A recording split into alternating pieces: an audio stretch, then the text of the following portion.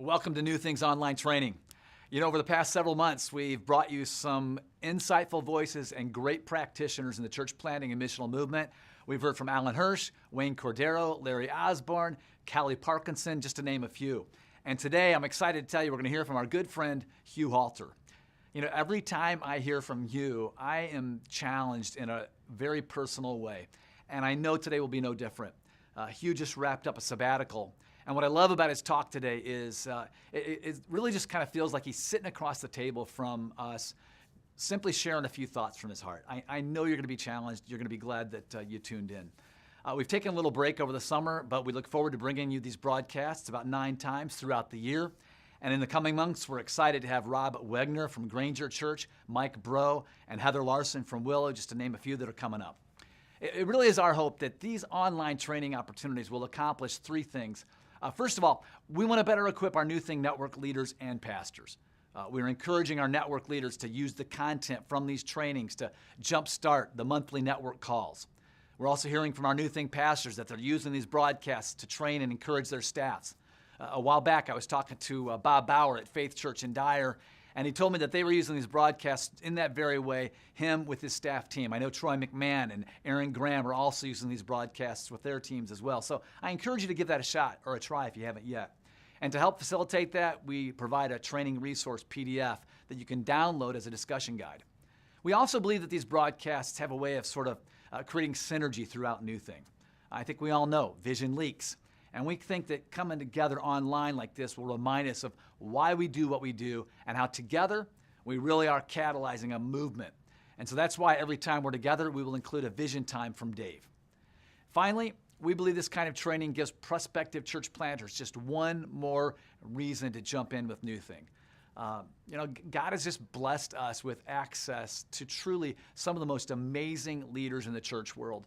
And we're excited about the chance to bring them to you in this way. So thanks for joining us. If you haven't yet, be sure to create a username and password so you can join in the conversation in the chat room. All right, let's get started. Thank you, John. My name's Dave Ferguson, and I hope all of you at NewThing are having a great summer. We are having an awesome summer here at Community. I think maybe our best summer ever. And a great summer at NewThing across all our churches. But one of the things I'm most excited about, I think, that happened this summer is we have a newly named NewThing director, and it's Patrick O'Connell. So all across the country and around the world where you're watching, let's give a little love here to Patrick. There you go. Feel that? Thank you. Yeah, I appreciate there you that. go. Yeah, it feels Behind good. the camera, yes. Thank you. And I thought maybe instead of what we typically do is kind of talk about kind of where NewThing's headed next. I would love people just to get to know you. Yeah. And hear a little bit about your story. Now, we're actually at Community Christian in Chicago, and this is kind of like day one in some ways because your family looks like you just might have got a house. I think so. And so you're kind of back, and this is the place for you that you found your way back to God. So I'd love for you just tell everybody a little bit kind of before your life before Community. Yeah. I mean, I didn't grow up a Christ follower. Born Roman Catholic, but didn't really know anybody following Jesus as I was growing up. So had really drifted away from church and God and all that in particular. Probably at some of the worst points in my life, I probably would have claimed to be an atheist, functional agnostic. But I would always kind of come back to Jesus. Was always fascinated by Jesus, the claims of the gospel, what the Bible talked about. I had actually read the Bible several times, before. Maybe in my teens, in my 20s, I remember. Took a class in college about world religions, really just trying to search out some truths about who Jesus was and what Christians claimed about him. And after kind of a personal time of hardship, found my way at the doors of Community through some relationships in the community. Some friends of ours actually came here and invited my wife, Nancy, to attend services. She came, had really what she would describe as kind of a profound experience of forgiveness with a particular family member of hers, invited me to come and check it out, and I frankly didn't like it the first time around. It was most of the teaching. It was most of the teaching, yeah, that was that. But she would come back, and what I really got to see was my wife began to have a spiritual story of transformation. Just the way she talked to me, the way she interacted with our kids. She would always, I'm a reader, I love to read, and she would say, Patrick, you got to come and check it out because they're talking about this book or that book, and you'd love it. And eventually, that got me. And so really got to know Troy McMahon really well. His wife Janet joined a small group, got baptized, became a small group apprentice. So this is when you kind of now you're not only a Christ follower, now you're starting on the leadership path. Yeah. I mean, what I loved about the culture of community, and I think NewThing in particular, is it's a permission-giving culture. It invites guys like me to play big in the kingdom, and that's really exciting. And so there was a path for me to join, and there was a clear kind of role that I could play as a small group leader. And I had a blast doing it. Just had a blast. Really was transformative in my personal life, where I began to allocate my time and energies personally and spiritually and emotionally. And then I remember at Leadership Community, Troy and Janet announcing to Leadership Community here in Chicago that they were going to go to Kansas City and plant a church. And that's when somewhere in there, Troy kind of put his arm around you. It was more like a bear hug. Yeah, it's more like a bear hug. Yes, Troy's significantly taller than me, and so yeah, he hugged me and said, "Hey man, I've been praying about you. Would you ever consider going to Kansas City?" And I said, "No, that's crazy. Why would I do that?" But you know what I loved about the community here was I'd seen other people go out and plant churches. I'd known guys who had stepped away from their vocations like me and gone out and planted churches. I'd watched Troy. I'd heard Troy's story. And so 7 months later, I found myself in Kansas City. So your background, though, as far as vocational, was... Yeah, business. I was in the military for a while, but business and finance, high finance. Yeah. And so now all of a sudden you're going to Kansas City, and Troy's got what for you? Yeah, it was really undefined at the time, but that's what all church planners do. You probably know that. But I really took on the leadership of the business side and the finance side of Restore, what we call our Center of Excellence. Yeah. Could we really create this environment that allowed reproduction at the fringe and to continue to church plant at the fringe? And so Troy and I really worked hard at that. I found myself leading small groups, leading some of our ministries on Sunday morning, even getting to teach a little bit. Yeah. So it was just a really awesome opportunity for me, and it wasn't long after that I found myself, I think because of my atypical story and the fact that I had found my way back to God, I was invited to become a church planting coach through some of the partnerships we have at NewThing. And that led me on a journey of really becoming a student of church planting. And then you guys called me. Yeah. And well, so let's just kind of tee it up there. So, and then when we called you and said, hey, you know what? Actually, we talked to Troy. We got his permission. He really endorsed this thing, although reluctantly. Yeah.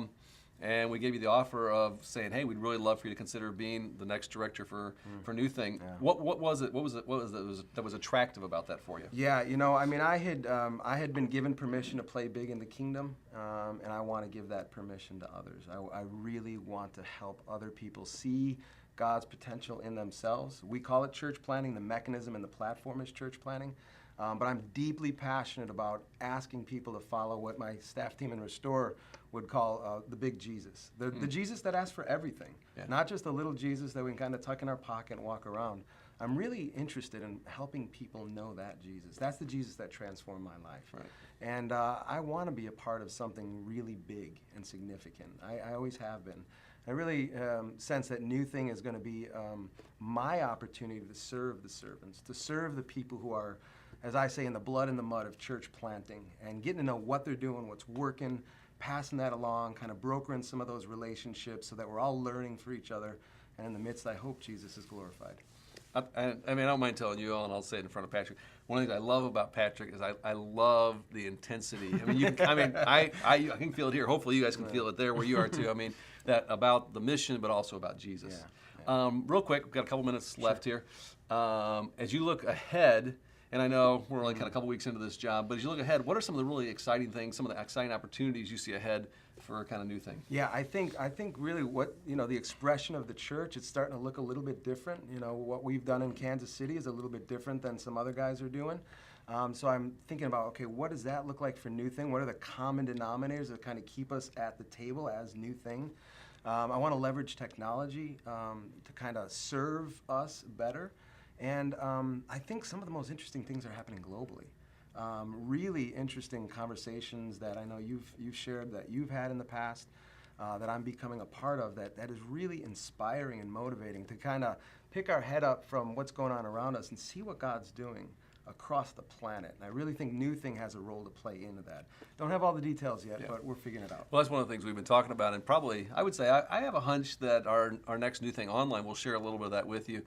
That, I mean, I feel like NewThing has gotten to be kind of a player in the church planting world, specifically nationally, some internationally, but there's some, people are doing some incredible things that are now talking to us about how we can partner together to be a part of NewThing, to do things really around the world in a way that's unprecedented with NewThing and unprecedented in some areas regardless. So that's very, very exciting. So anyway, good to have Patrick here. Wanted you guys to get to know him a little bit. You want, hey, you want to give him your, why don't you give him your email, Twitter, and your blog too. Good blog. Wow, thank you. Hit me up at patrickoconnell@newthing.org. I would love to hear from all of you just to make that first connection. I blog at missionglue.com. And what was the third thing you asked for? I don't know, Twitter or anything Twitter, else? yeah, at Patrick O'Connell. That's it. I got in on that one easy. There you go. All right. Why don't you throw it to our guest faculty person? Yeah, our guest faculty is Hugh Halter. He's got a talk called Unrighteous Brood. I love Hugh for two reasons. He's Irish and he's bald. And so I really connect well with that. But no, I love his passion for the mission. You talked about that. And he's got a great opportunity for us to consider our families and how they impact the mission that we're called to.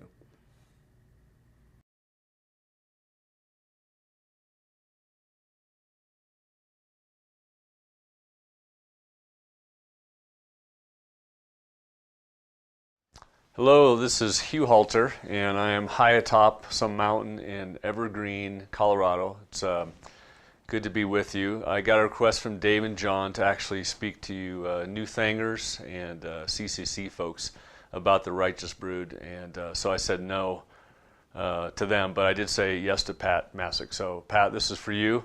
Anyway, Righteous Brood is a little ebook that we put out a few months ago.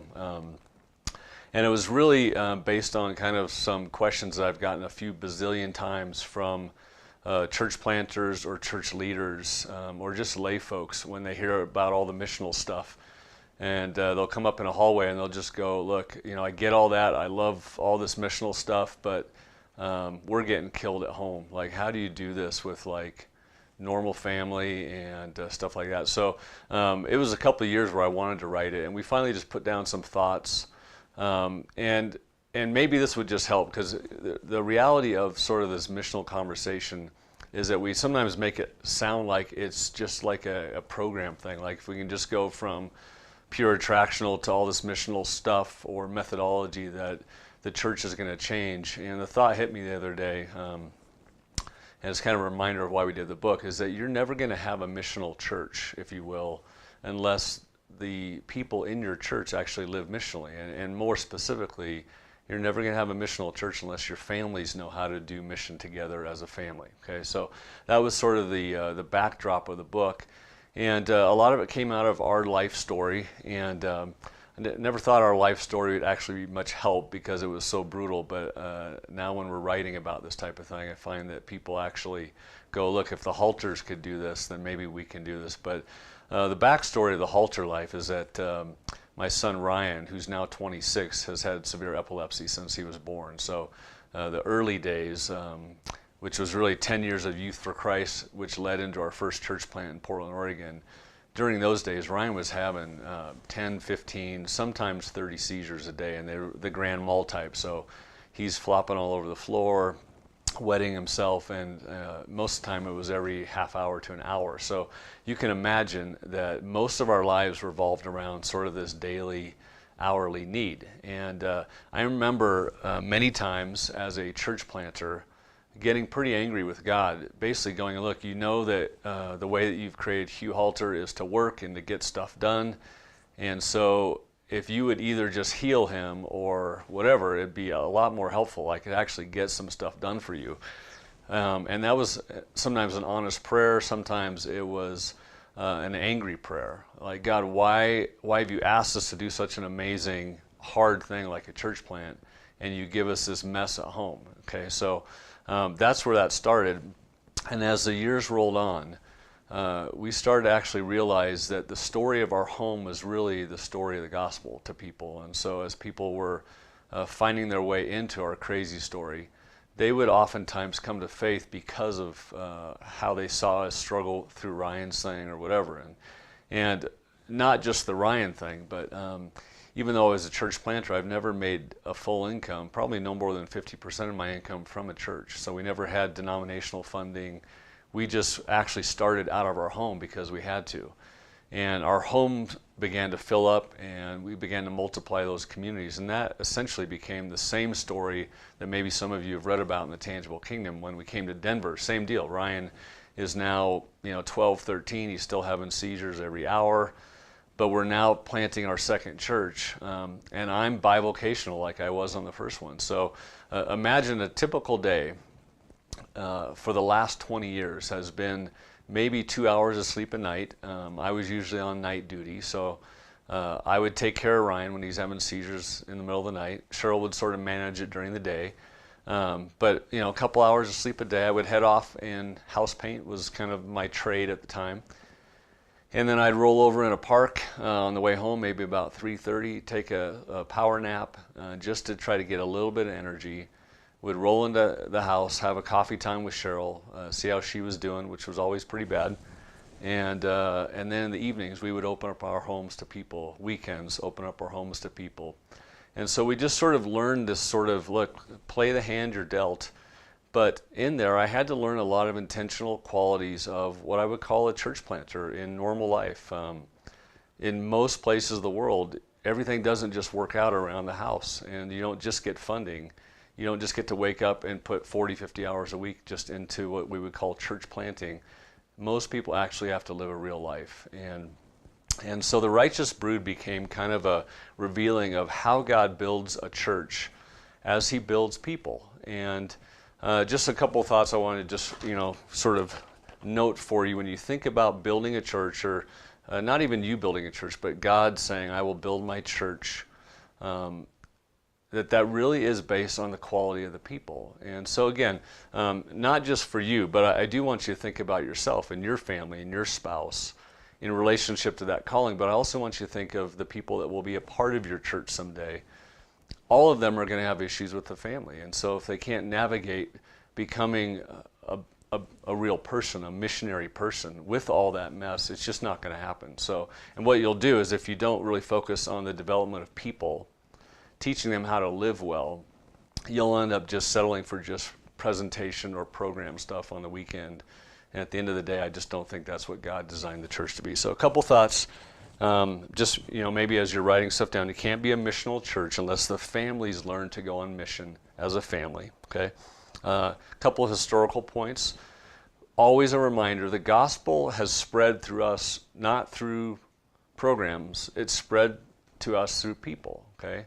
So the gospel comes through people, and the primary way that people were discipled and catechized or taught the scriptures or taught apprentice how to be missionaries was really through the father and mother to the children. And I think even though that's not the paradigm today, we drop our kids off at the church or we get used to really doing the children's ministry. That way we don't have to mess with all that stuff. The reality is that moms and dads have to pass down the gospel to their kids. And then church becomes a network of people that actually disciple their own offspring, if you will, and the people that they're going to actually let into their lives. So that's the second thought. Reality, though, tensions of living.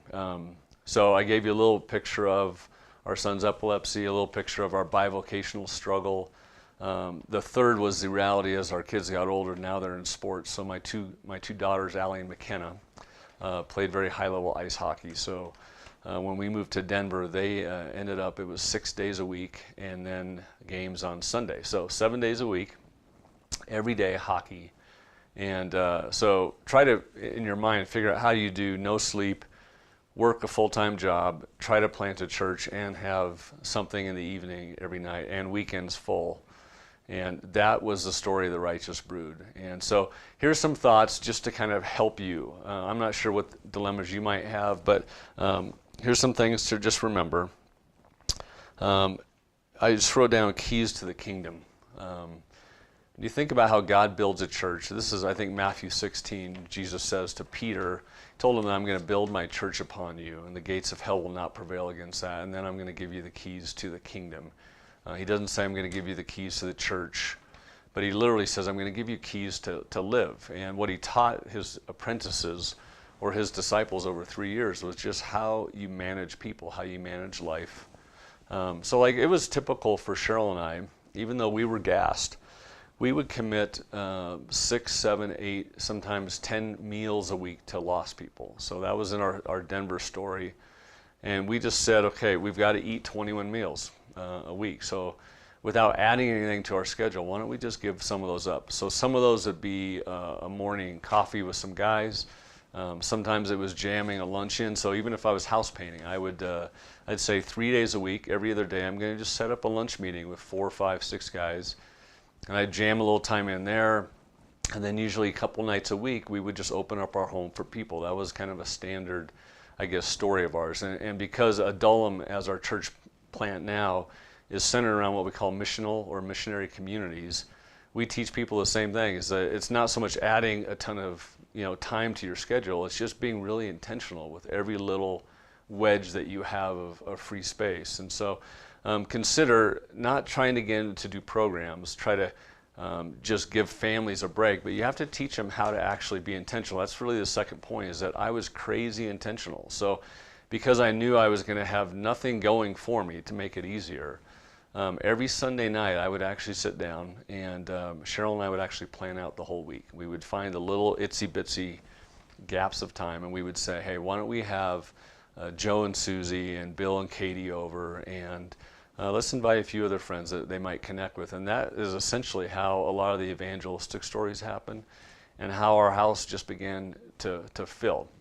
Now here's sort of maybe a strategy point, something that you could do with, especially with a core group if you're starting a church, but it's something I would do with everybody that comes through your church, either through some training, but we actually have a little deal that where we teach people that they're always at least a part-time missionary, because you'll do the missional lingo and they'll love it again, but they'll go, they'll get in the car and go, Joe, like, we don't have time for this. And here's how you can prove to them that they do. So what I do with people is I just coach them, and I'm sort of coaching you right now. So take a look at your life right now and consider your kids. How often, if your kids are in sports or some band or school-based activity, how many hours a week are you actually with those same parents, with the same kids, on the same sideline? Just sort of add that up in your mind. Got that? Most people that have kids, upper grade school, middle school, high school, that's usually about 7 to 15 hours a week that you're literally on that soccer field, okay? And so that is a mission field. That means that you're there, you don't have to add anything to your schedule, but if you were to actually view that as a place where you can now connect and not just sit by yourself with your wife, but you can actually, every time you go there, you go, I'm going to meet somebody new, I'm going to remember their name, and next time I'm going to sit with them and see what happens with the conversation, finding out what they love to do, and then figuring out maybe some way in the next month to do something that just extends that little sort of relational connect into an actual personal activity. Just that, I think you'll find will be a game changer. But most people, again, even your parishioners, they are probably able to do 10 hours a week in that. Next thing that we'll ask is, where do you go get your coffee?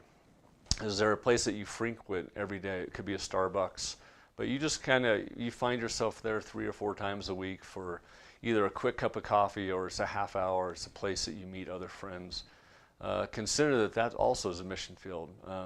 When we've done this with our church, most of our people said that they were about 3 to 4 hours at these local sort of spots every week. So add another 3 to 4 hours to your missionary thing.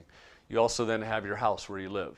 Now I'm not one of those that just goes, okay, you live on your street, so that's 40 hours a week you're a missionary. I don't think that's reality, but if you would maybe move your barbecue from the backyard to the side yard, or maybe even the front yard, if you would extend your time as you're mowing the lawn, if you see people out in the street, that you actually intentionally go out there with your dogs, throw a ball around, whatever it is, I think you'll find that you can usually wedge out another 3 to 5, maybe 7 hours a week that you actually relate with people on your street. There's also where you recreate, where you work out. So I like to golf and sometimes hit the gym, and so we made a rule that we would not do anything fun unless we actually tried to invite somebody to go with us. And so when you add up those 3 to 4 little areas where all of us have to basically live in real life, you will find that your standard Christian, especially your standard church planter, should be able to find at least 20 to 25 hours a week that they're actually on a mission field. So to me, that's kind of an inside secret of missionary families, is not that they add anything to their crazy schedule. It's just that you take all that craziness and you try to figure out how to make that a mission. Another thing to consider is that when you think about having vision for your children, it has to be about being a disciple, right? Like Jesus said, go and make disciples. He didn't say go and make super safe kids that never have any issues or tensions. He actually said go and make disciples. And you know that a disciple is going to be somebody that sacrifices and gives up stuff. And so when you think about doing mission as a family, think about that. You know, what is your vision that you have for your kids? Even most church planters I've been around, when I really ask them, they actually say deep down they just want their kids protected and safe. And if that is your vision, part of that is a very good heart. That's a father's heart or a mother's heart. But deep down, as your children grow, you actually have to transition to where you go, I actually want McKenna and Allie to be willing to give their lives up for the gospel. And so the way that you now process that is that you include them in what you do. So they're not always, off in the children's class. Missional community becomes actually a place where your kids watch you interact with the world. And so whether it's you throwing a party for some friends that don't know God and they're swearing a lot, or maybe they have one too many, or whatever, your ability to then help your kids process that is actually how you're making a disciple. As you spend time with the poor, the least, the leery, the lost, whatever, as your kids get a picture of how you and your wife relate together in that mission, that will be how your kids actually decide whether or not they're going to pick up this gospel story themselves and actually lead it. So don't try to get away from all the tension of missionary life. Embrace it and go, okay, how can I use it? We had many times where we had crazy parties, and our kids would watch people have one too many. And then I was able to sit McKenna and Allie down at this little bar I have at my house, and we talked about alcohol consumption. And it was my way to go, look, you've seen how mom and dad do this. And that was one of the best things that has ever happened. When we've been down in the worst parts of the city, and I'm freaking out because I can't find them. And then I see them carrying these little inner city kids on their shoulders and coming out of these projects. And then we get in the car and Allie says, Dad, if that was church, I'd want to do that every Sunday. Then I go, okay, we're getting somewhere. But it doesn't always end up that easy.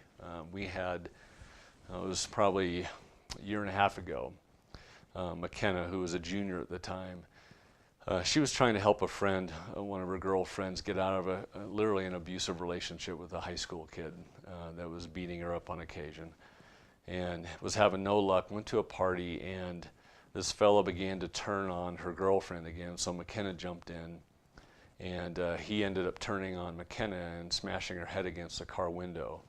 And this was right after she had had her second concussion in hockey, so the doctor said, if you have one more hit to the head, your hockey deal is over. So that ended her college scholarship search, which was a sure thing. And so that night when I heard what had happened, Cheryl called me, and I went out looking for this kid and his family, and I did not have pastoral intentions. I was actually losing it. So I called McKenna. I said, hey, where's Joe live? And she said, Dad, I'm not going to tell you, just come home. And I said, I just want to talk to him. I just want to find out what happened. And she said, Dad, I'm really not going to give you the address tonight. You need to come home and just relax. So I finally came home, went up to her bedroom, and Cheryl had her head packed in ice, and they had both been crying. And so I was losing. I was kind of pacing, and I remember McKenna, she puts her hand on her bed and kind of pats. She goes, Dad, just come here. And so I sit down in her bed, and she goes, hey, you and Mom have always talked to us about being peacemakers. You told us that this is what people that follow Jesus do. And she said, do you always think that it works out when people actually follow Jesus? And at the moment, I broke down in tears because I was so proud of her. I knew she was right, but I was so angry. I didn't want God to use my daughter for mission. And I think when you kind of wrap up this whole talk, that's really what we have to decide is, do we want God to literally use our marriage, the struggles that we have with our spouses? And to be honest with you, I've coached 500 church planters over the last 20 years. And in most cases, the marriages it wasn't being dealt with honestly. The husband was dragging a wife in, or the wife was not happy about the calling, just all sorts of dysfunction. Nobody wanted to talk about it. But you have to ask the question, do you really want God to use your marriage on his mission? And then you have to ask, do we really want God to use our children on his mission? And if you can finally settle those issues, I think it'll change your whole paradigm of not just going out there and getting ministry done, but you actually go, look, the very best thing we have for God's mission is who we are as a family, who we are as a people. And sometimes that's not just a nice little 5 family member deal. Sometimes that's a broken family, whether it's a broken kid that has a disability like our deal, or where it's the second wife or the second husband or the third wife, third husband, or it's a single mom. You can teach every person how to take whatever they have, whatever their little family unit is that they're working with, and you can say, okay, how will God use the brokenness of who we are? How will God use the beauty of who we are, our gifts, our skills, our free time, our crazy schedule? And if you can start to put that into the minds and the hearts of your people because you model it, then I think you'll actually have a missional church. So hopefully that helps a little bit. I think either you've read The Righteous Brood or they're going to make you read it. So it's short. Unlike Dave and John's books that are long, drudgerous, and just like brutal to get through. Righteous Brood's, I think, 6 pages long. So hopefully it will help. God bless you. We will see you later. Bye-bye.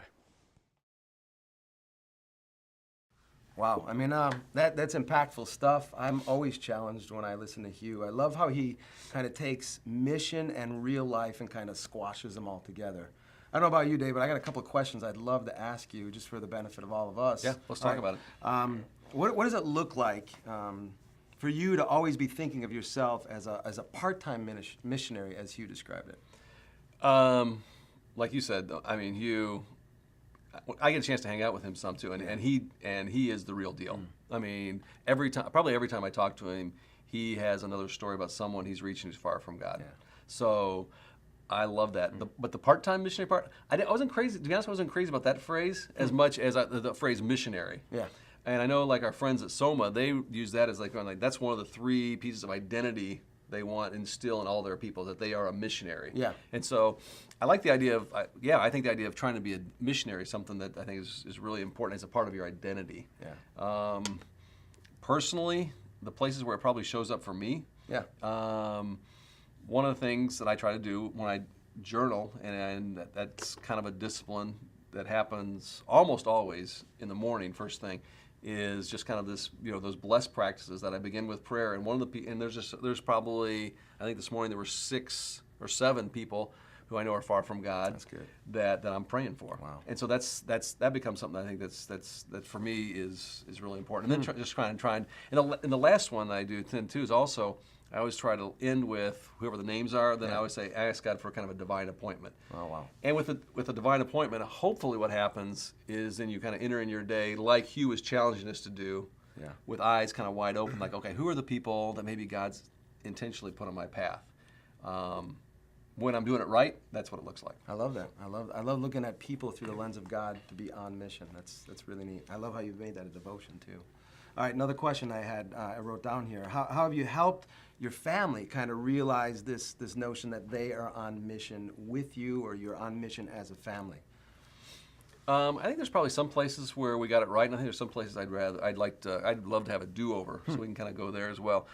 If I some of the places where we got it right, I think because the mission of helping people find their way back to God is so strong in community, I mean, it just kind of bleeds over into our family. And there have been seasons where, and I love, of course, goals and mission statements, where we have a family mission statement, goals, that kind of stuff, and so that stuff shows up there too. The outcome of that is, I mean, I'm thinking now it's kind of fun. This summer we were at my daughter was the maid of honor at a friend of hers' wedding, who someone that a friend of hers that she brought to church, that was baptized, the whole kind of experience. My son Josh, there was a number of kids on his cross-country team that had started coming to community, become Christ followers. One of them is an intern right now. As we were coming in, I think I pointed out to you, one of our interns, CJ. CJ was a guy who was on one of our little league teams, who was he's a pitcher, and his family started coming to church. They're very involved in our church, and now he's planning on going into ministry. And I would say probably if I look at some of the things that Hugh talked about, because he talked about different ways you're doing, how you're doing it as you're going through life. For I think sports has and continues to be a real avenue for us to connect with people who are far from God. I give kudos to my wife Sue, too. I was coaching the little guys' basketball teams. I remember she had a parenting group with all moms from that little basketball team. That's cool. And so that we did take advantage of a lot of those opportunities. But I think the value of helping people find their way back to God constantly kind of drove that. Yeah. Now, if you had to do it over again, what would you do different? You mentioned that. Yeah, I think the part that Hugh kind of went to too, which with right in your house. Yeah. I feel like the first house we lived in Naperville, we did a great job in our neighborhood. We had small groups that we had for people who none of them went to our church. So we do around different themes like parenting, that kind of stuff. This neighborhood we live in now, and we've been in for the last 8 or 9 years. I'd say the first 6, 7 years, not a bad job, really. And so it's kind of like through sports and other things. I'd say only in the last 2 years since we really started implementing these blessed practices have we started to really be intentional. So like actually yesterday we had a block party. We had like 21 of our neighbors, out in our front yard, us and the other neighbor, we sponsored it. And there were people from age 4 to 89. 89. It was we had a really, really good time. Really, really good time. And so I feel like we're doing a better job of that recently. But I'd say there was a window of about 7 years there. And I wonder if it wasn't when the church was really growing and some of those things I let take priority over that. And if I had to do over again, I would do that differently. Yeah, it's so That I important would that we definitely stay do differently. intentional, right? I mean, Absolutely. That's what you talked Yeah, about. which I thought was really good. And I love that you find in places where there is new opportunity as you embrace your community differently. All right, another question I wrote down here. What would you say to kind of the church planner leader that's listening to us today who doesn't feel like their family's on mission with them, or maybe feels that there's a disconnect there? What kind of coaching would you give them right now? I think find a way to get a hold of this video and sit down with your spouse and watch it together would be a great idea. I mean, I thought one of the things I love about Hugh too is he's not only motivational or motivating, but he's also, there was strategy and tactics there. Nuts and bolts. And so, absolutely. And the one thing I did love was the Sunday night. Get together with your spouse on Sunday night and look at your week and say, okay, what are the opportunities this week where we can have people over, where we can interact with other people in our neighborhood, interact with people that are on our kids' sports teams. Let's plan our week. I thought that, there's so many things that are smart about that too, because you can also begin to go, hey, let's also find a date night. Let's make sure we're having time with kids. You can do all kinds of great stuff, but including that is how are we going to intentionally be missional? And I thought that was both a strategy and a great tactic. Yeah. Just go like that. Everybody listening, you could implement that like this next week, and be better, do a better job than you had before. So I thought that was really strong. You mentioned already, I think to be intentional about wherever you go.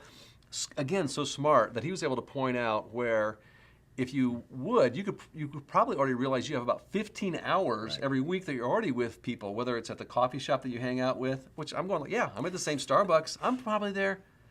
Oh yeah, I bet. Plenty of time. Yeah. There's probably 5 to 8 hours a week that I'm there, either working or doing stuff, and I see the same people. Sure. So how do you be intentional about that? The sports thing he was talking about when you're in that season of life, if that's what your kids are, and so many kids are doing, and our kids certainly have and are doing that. That's a great opportunity. And I'm thinking about it again. I'm going into another basketball season and cross country season, so that's a great opportunity. And anyway, I thought that was really good. But another thing he was really smart. Was make sure you include your kids in all those things. That was powerful. So that was really powerful. I love what he's, I love checking out your whole schedule, and you'll see the opportunities emerge. Filling in the small spaces in your schedule. I thought that was really good. Well, and the thing he did too, which I think a lot of us forget, and we're trying to remind people here in a community, it's not something you add onto your schedule. Yeah. It's something, it's who you are in your schedule. And that goes back to this being a missionary, part of your identity. If you begin to see who you are as a missionary, then it's not so much like I have to rearrange my schedule to do this. It's like, as I go, this is who I am. Good stuff. That's good stuff. So, Hugh, if you're watching, outstanding job, buddy. I know you didn't do it for me. Yes. He didn't do it for John. You said you did it for Pat. Okay, nice. But anyway, great job. Yeah. All right, and all of you at NewThing, it's so great to have you. And make sure you come back next month for our next NewThing Online.